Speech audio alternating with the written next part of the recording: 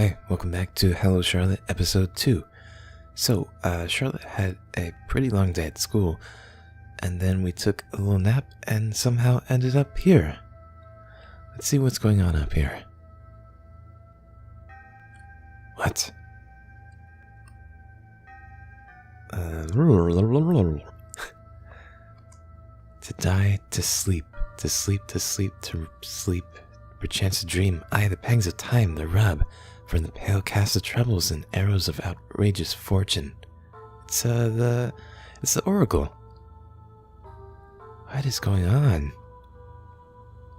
Ahem. Hello there. Apologies for that little speech test. Your language is a bit tricky, but I'm a fast learner. You don't look so surprised. It's simply the form your mind gave us. Seems like despite your initial bravado, you're subconsciously afraid of us. So we took a more masculine form, although the concept of gender does not apply to us. Feel free to refer to us as Frey from now on, if you feel like it. After all, our appearance right now is one of a male Pythia. Oh, am I dreaming? Technically, you are. However, the fact that we'll meet the next time you go to sleep, and the next time after that remains. I slumber by day and wake by night. Wasn't it us just a moment ago? Isn't it easier for you to talk to me this way? Yes, I suppose so. You look sullen. A girl from my class committed suicide. A pity. Were you friends? We weren't. Acquaintances? Not really. A complete stranger then. Should it matter? Don't put it like that. We're classmates. You are sorrowful now that she's gone, but you couldn't care less during her lifetime. Have you ever had a conversation? No, she was so unapproachable, an ideal person. What can a miserable person like me talk about with someone this perfect? Thinking that, you gave up completely. That's the same as being indifferent. No, it's not like that. You're exaggerating things. Only so that you'd be honest with yourself. Wouldn't anyone be sad if someone died? I'm afraid I cannot understand that. If that person wasn't important to you up until this moment, why do you feel down? No, even worse, you feel obligated to feel sad. Deep inside, you know you have no reason to be. Why not be true to yourself? Is human empathy such a foreign concept to you? Empathy? Huh. You humans have a rather twisted understanding of it. If death of some specimen you weren't involved with bothers you, then why not bawl your eyes out whenever you see a piece of meat on your plate? That animal must have suffered a lot more than some misunderstood teenage girl just to make your supper delicious, no? It's not the same, you'll say. I didn't. But in the end, it is. You're all animals, yet your kind puts yourselves above all. Oh my, what a plot twist. Who would have known that the concept of empathy only applies to your fellow humans? It truly never ceases to amaze me how you humans love to make a mountain out of a molehill. You never understand. How can you know the sadness of losing someone if you and Pythias were all connected? And united you stayed even when somebody died. For us, when somebody dies, the connection is lost forever. Do you really think it was always this way? That all Pythias willingly gave up their very egos for the sake of becoming one with everybody? Frey laughs. It echoes throughout the mind space. Stay in the fog if you wish to. Isn't it safer like that? Although I would love to converse more, it looks like it's time for you to open your eyes. Well, that was a pretty messed up dream. Who can it be at this hour? Alright, stop ringing the doorbell. I forgot which... Must be in here. I think we should check the door first. Oh. Open the door. No, the door opens on its own. The only time I decide to use the door, nobody opens it. Oh, the irony. No, it can't be. Oh, Umbrella Man, what brings you at this hour? Do I need a reason to visit you? Look, I've even borrowed a schoolboy vessel to pretend I'm your classmate in case anyone else is here, which is not the case today. I'll make tea. Man, that's pretty fucked up. So first he possesses our dad's body, and now he's possessing some classmate. Now, what's with the suspicious look? I've merely come for a friendly chat. You see, I've received no orders from my employer recently, so I took this chance to have a small vacation. So you're slacking off? Don't put it in such an unsightly way. Believe me, even a workaholic like me can't let this opportunity pass by. After all, such a chance comes once in eternity. Umbrella Man chuckles at his words. Wonderful, isn't it? I suppose it is. You always seem so busy. And believe me, I truly am. But enough about me. How's school? Well, I helped a classmate today. Oh, you need an F. Why so? I'll spare you the details, but there's something I know for a fact. That boy was destined to die in that alleyway. What? That's just cruel. She is a good person. He doesn't deserve it. It also seems like he's one of your kind with the yellow eyes. I don't know. It's not about deserving, my dear. It's just that his sole existence threatens this world. I'd put it that way. As long as he exists, this route is doomed for a bad ending, no matter what you or your beloved puppeteer do. Really? I hope I made myself clear, so what are we supposed to do?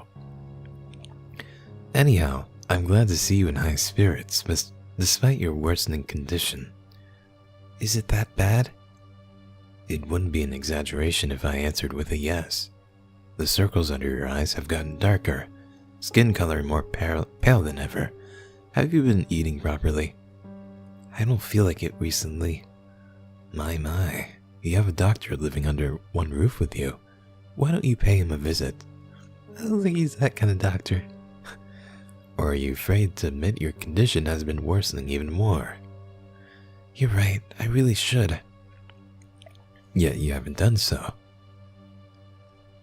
I don't want to cause anyone any more trouble. Ah, so that's the reason you're reluctant to take measures. I see. Oh, youth. I used to be young once, too, you know. That sounds weird when you say it wearing a boy's face. Hush, this is merely a vessel after all. Pay it no mind. Anyhow, friendly chat aside, recently the number of abnormalities in this dimension has been increasing. Screens and door locks malfunctioning, world expanding, people missing, a living hell. Do you know anything in regards to that matter? Have anything to tell me, perhaps? Well, the Oracle has... My. Don't tell me the slumbering god has awoken. Might it be that your body has begun to collapse under the pressure of the Oracle's corpse rotting inside of you? Jesus. When you put it in such a light-hearted tone, I'm almost not worried of what'll happen eventually to me. Death is merely a release, my dear. Still, leaving this world might be too early for me, sir. Umbrella Man shrugs. Well, it is your choice, as it was your choice to stop taking the pills. I don't need those anymore. Right, you don't.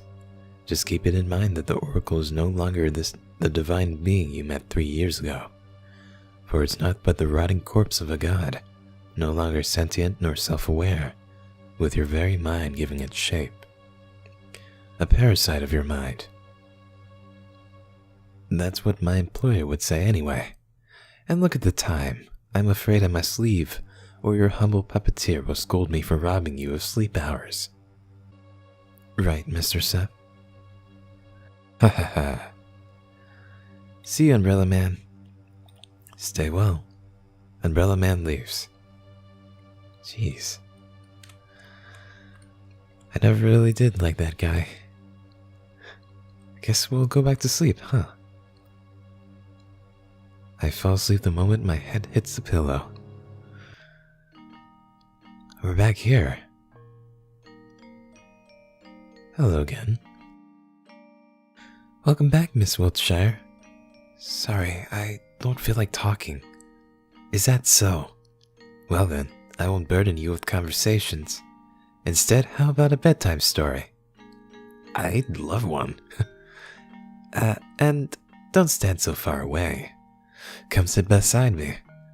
Sorry, I'm not very comfortable around you. Is that so? Well, there's no helping it. It's all a dream, remember? So make yourself at home. I reluctantly sit beside Frey. Now, back to the story. Do you know the tale of Ink and Paper Princess? In Darland, during the pre-Oracle era, it was part of a psychology test. It was made to be unfinished, and the one who read it had to write the ending themselves. It's surprising how much one can learn about another person just by having them write a few sentences. Want to listen to my own version? I don't have the other choice, do I? So much for free will, right?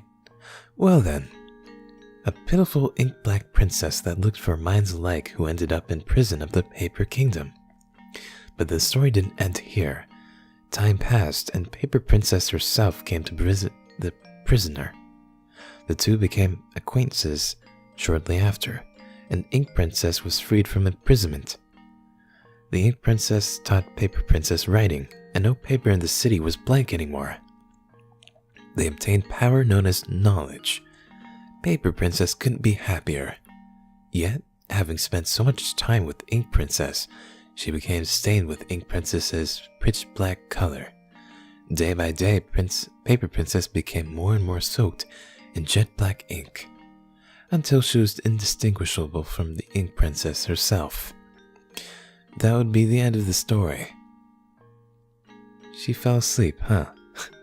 By the way, hello there, Mr. Seth. Hi. Is that how Miss Wiltshire calls you? What a joke. You must be thinking that you're in control. What are you even here for, I wonder? You aren't even supposed to exist in this world. Ah, I know. You must be looking for answers. But I'm afraid you won't be getting any. Because, you see, Miss Wiltshire is an unreliable narrator.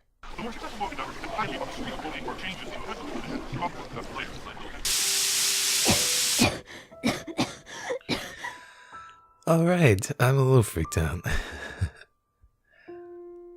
Man, it is getting worse. Poor Charlotte. What time is it?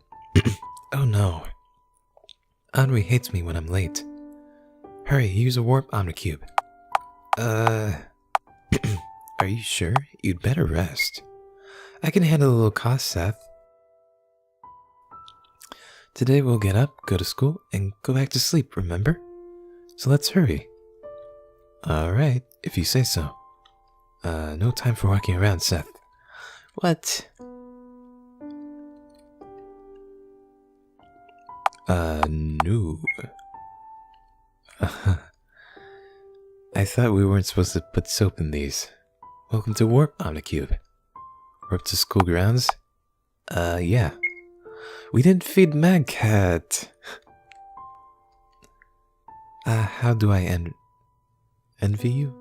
You always look so pretty. Oh, yeah, you too. Nice dress, Wiltshire. The trial will right all your wrongs, although you're already an angel. Did you see that god imposter? I think he needs help. Honoré doesn't even turn her head in my direction. I have a feeling she's, become corrupted. Miss Warhol? I lightly tap her shoulder.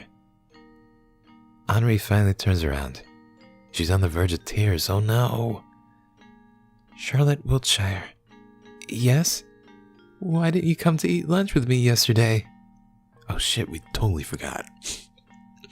I waited and waited and waited until everyone left, until the bell rang, but you never came. Honoré begins tearing up again. I'm sorry. I guess I wasn't quite myself yesterday. I went home straight after that happened, you know. Honoré locks me in a hug, hiding her face in my sweater. Her hold is so strong I can barely breathe. I thought you didn't want to spend time with me anymore. I thought that you hated me. I thought... I pat Honoré's head. There's no way that could happen, right? Friends don't abandon each other. Yet you did the opposite, you liar. Please forgive me. I won't do that anymore. Do you promise? I promise. You'll have to swallow 1,000 needles if you break it. Wait, where'd she go? Alright, well, let's head to class, I guess? Changing room. First floor? Oh, crap. Third floor. I am completely lost. There's a bathroom here. Washing internal organs in the sink is strictly prohibited.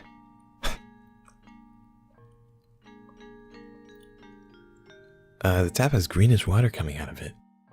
Interesting.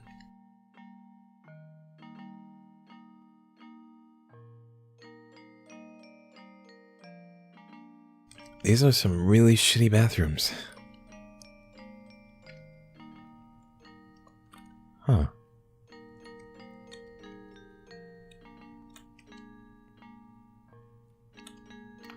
It's a bit disturbing to think that I appear as a pyramid to these people. What? Let's not disturb anyone. That's fourth-dimensional perception for you. Everyone's a pyramid. Okay. What? It's a painting by a famous artist. That's really weird. Is it just a fourth-dimensional classroom?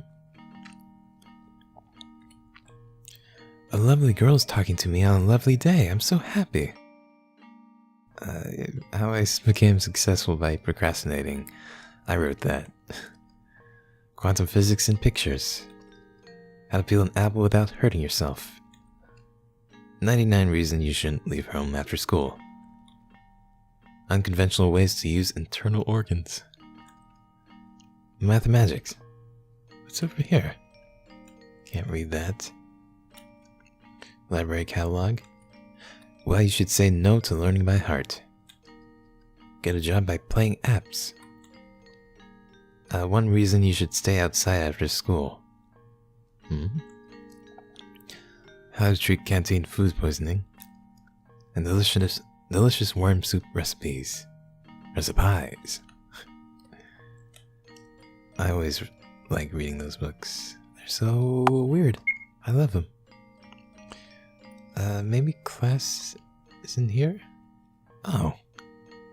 Our god is a loser.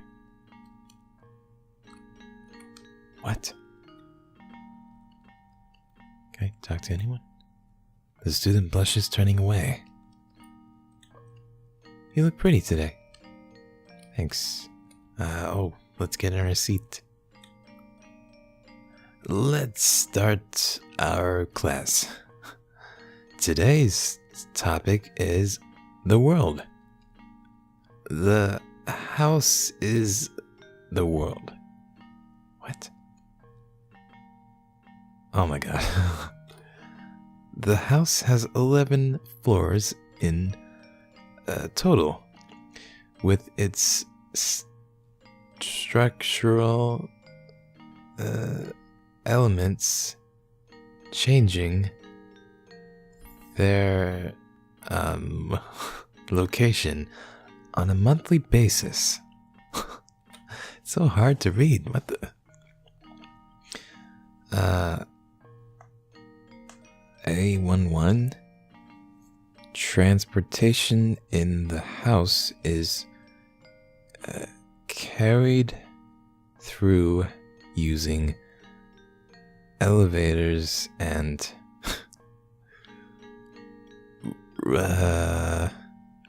warp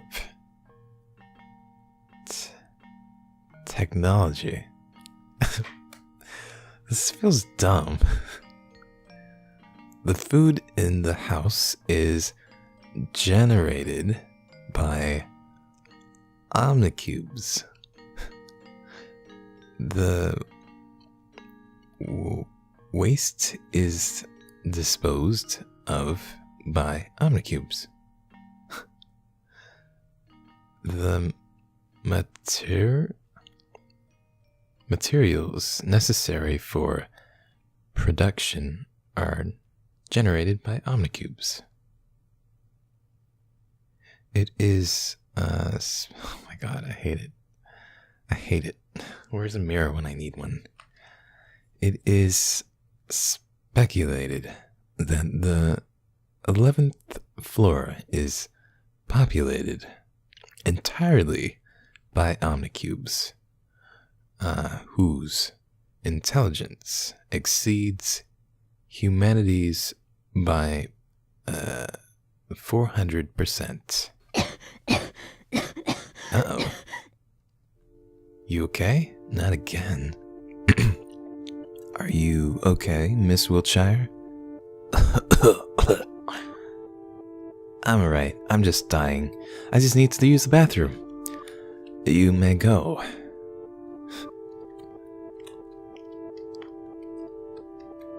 Something is really up. I don't know. Maybe the Oracle is about to... I don't know what will happen if... This is not the bathroom. Oh, I know where it is.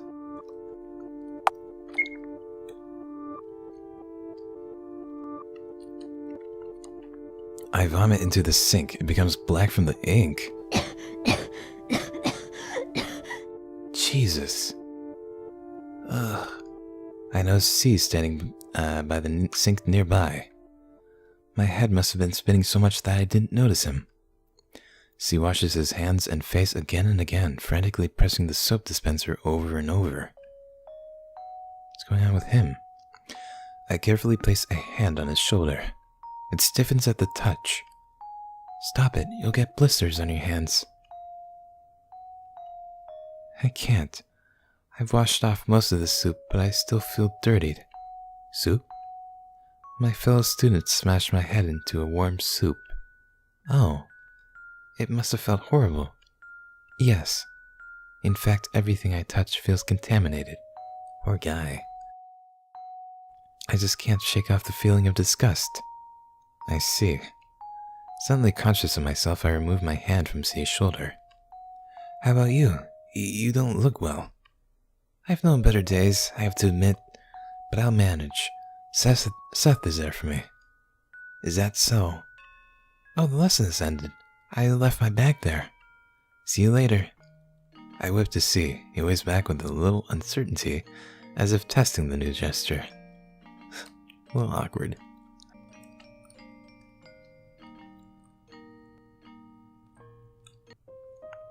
My bag's gone.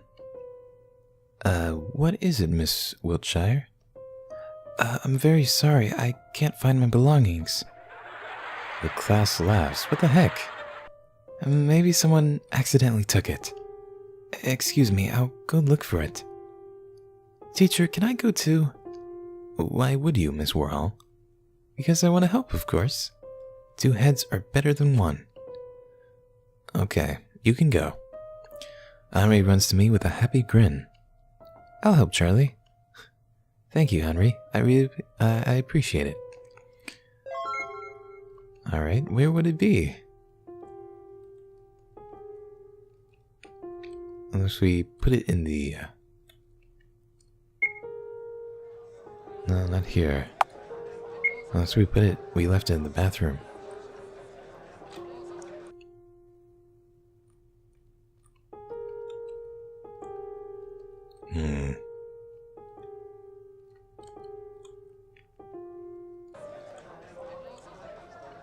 Garden? Go outside? Yeah. Charlie, are these yours? I don't know. What is it? All the pencils and pens are covered in mud. Oh, Jesus. That scared me. Beheaded student? Socialize... skills... Smile. Yeah, you're good at smiling.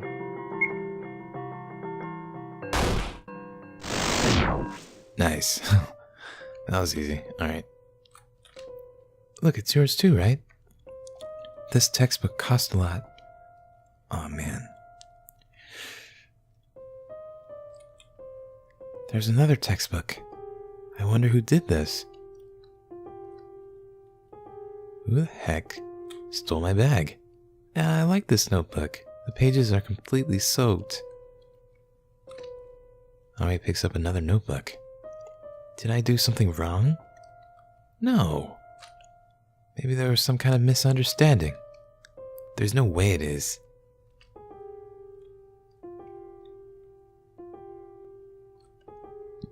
Even the pages of my book of truth are torn out, even though I worked so hard on keeping it tidy. Those bastards, how could they do this to you? I think it's some kind of mistake. There's no way it is. Like I said, it's okay. Unforgivable, unforgivable, unforgivable. Enough of this. I'll report it to the teacher. I have a feeling maybe Honoré did it. Honoré leaves before I can protest any further. Looks like we found everything. I don't feel like going to class anymore. Let's go home, Seth. You sure? Okay.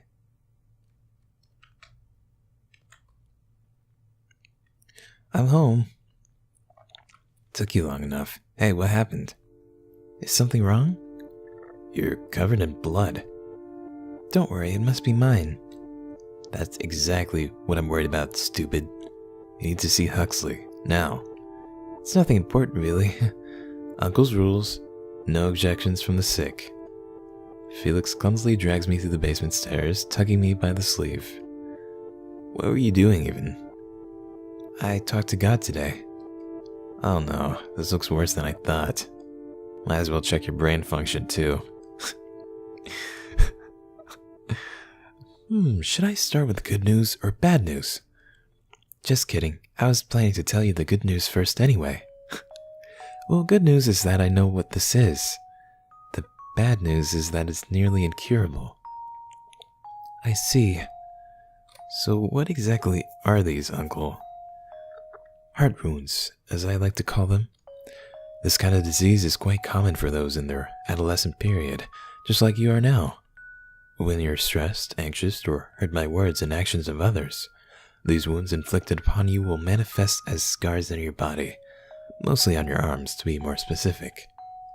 It's not lethal, but it'll cause you some minor inconveniences.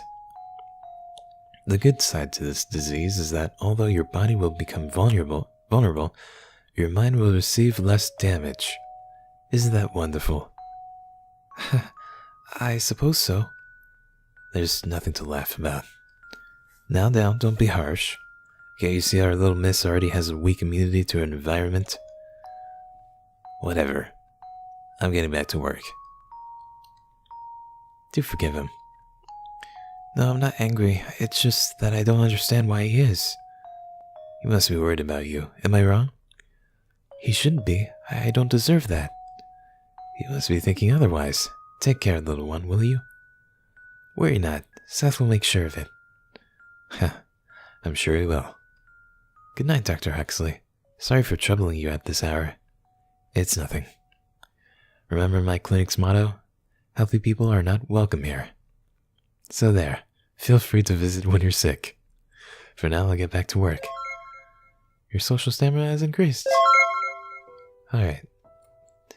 Everyone's so sweet to us in this house. Maybe we can talk to Aiden? Is he available? Nah, he's not here. Alright. We totally forgot to feed Mad Cat.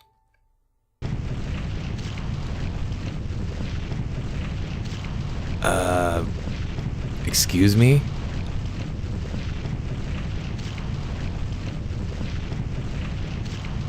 Where's that coming from?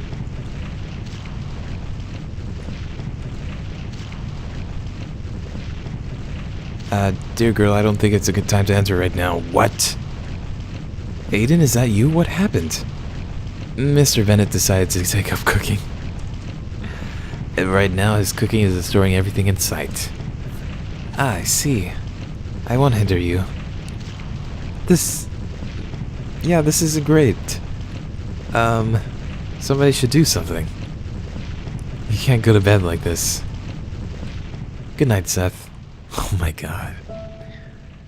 Rise and shine. Amazing. Franny waltzes around the room.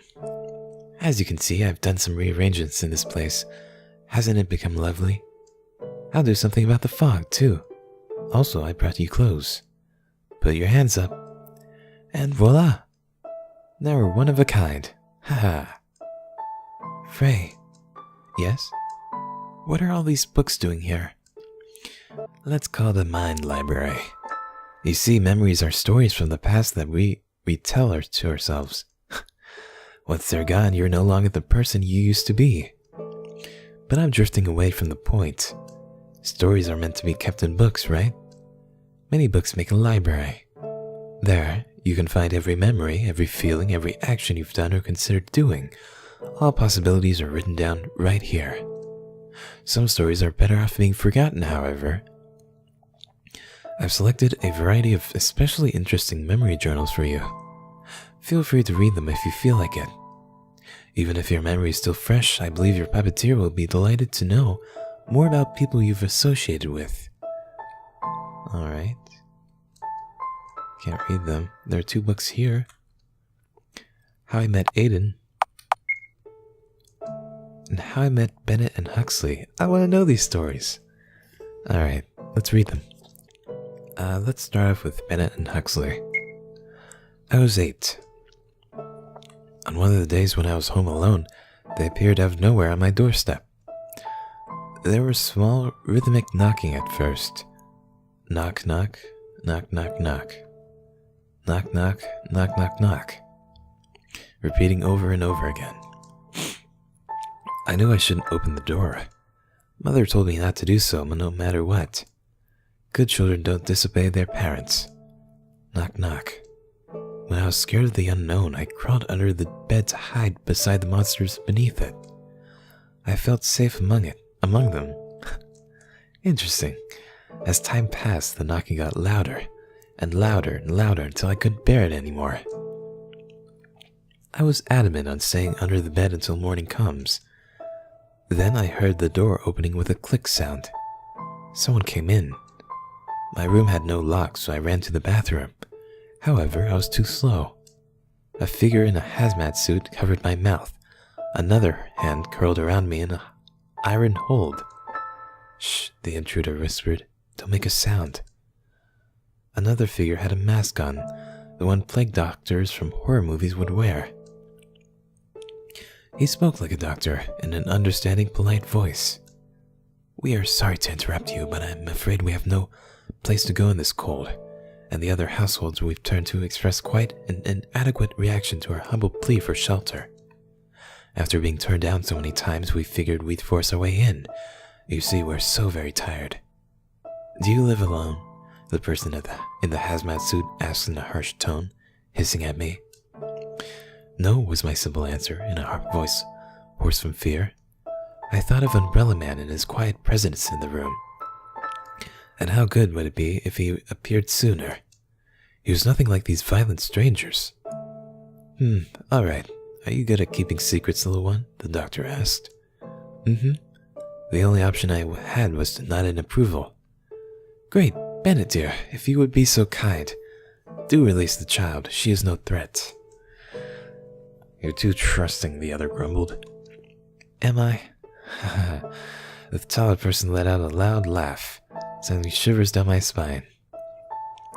You see, I'm a doctor, he continued. Figures. However, my stay in this place is highly confidential, so I wouldn't like anyone on our tail. Please do respect that and keep our stay here secret. Are they not supposed to be here? If you don't, I'll kill your parents, Bennett said in a casual tone as if it wasn't a threat. What? father doesn't come home these days, I replied, saddened by the fact. So they just barge in the house, and threaten to kill our parents, and now they live here? That's kinda messed up. Sorry, just your mother then. Oh my god. That settles it, the doctor beamed. Now, little one, accompany us to the bathroom, for I'm so awfully hungry I could eat a human. The smaller man elbowed him. Ouch, sorry, that was a joke, a bad one. The doctor quickly backtracked. In the morning I found the two peacefully sleeping in the bathtub, having eaten all the soap and the shampoo on the shelves. I guess that's cute. It's really not.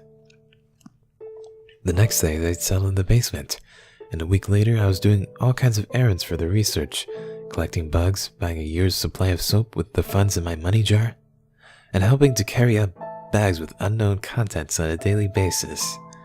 Of course, I made sure Mom never ever went to the basement at night.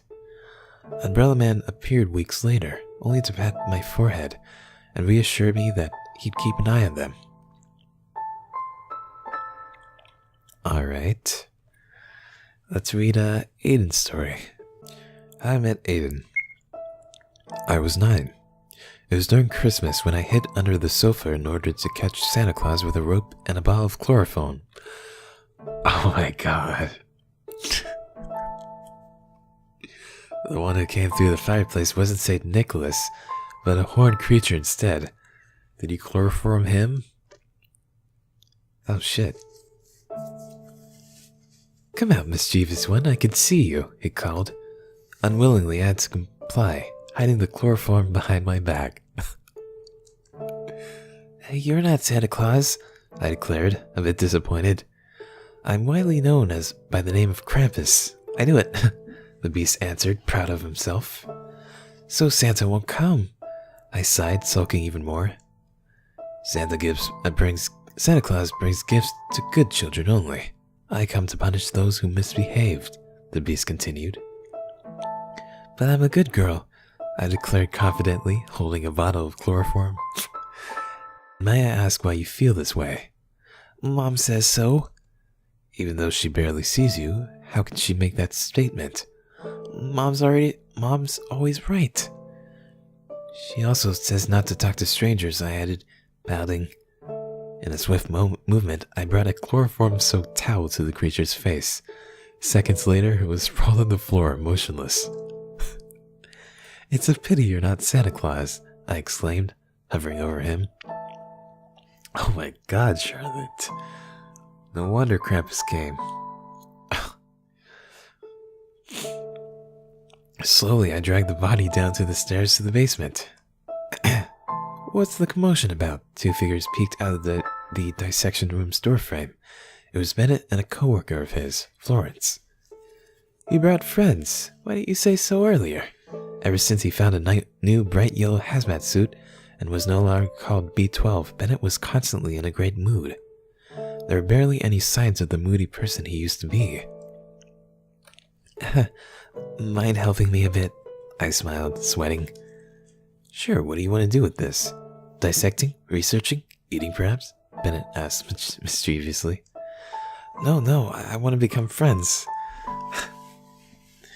This is not the way, Charlotte, to become friends with people. You can't just chloroform them and expect them to become friends with you. How do you plan to do that? Florence gave me a worried look. I looked at the ceiling, as if the answers were there. Make him sign a contract, maybe? Perhaps I was a mischievous child after all. That's actually pretty cute, even though a little bit fucked up. A piano? Want to try it? Today I'll pass. Alright, well, perhaps you'd like to join me in reading, Miss Wiltshire? Sure. Frey chuckles. Alright. I'm rereading an anthology of Greek myths. Have you read the story of Hades and Persephone? I have. They say that Hades, the god of the underworld, captured the beautiful Persephone, the goddess of springtime. But I believe it was Persephone who captured Hades, and his heart and mind belonged to none other than her since the moment they met. which was quite rare for a Greek god considering. Even though the pomegranate seeds Persephone ate urged her to return to the underworld for half a year, she was allowed to live on the surface for the rest of the time. Just like you come back here only during the dream state. Or is this comparison too much of a stretch? I do tend to get carried away with words. Oh my, seems like someone's fallen asleep already. Sleep well, princess.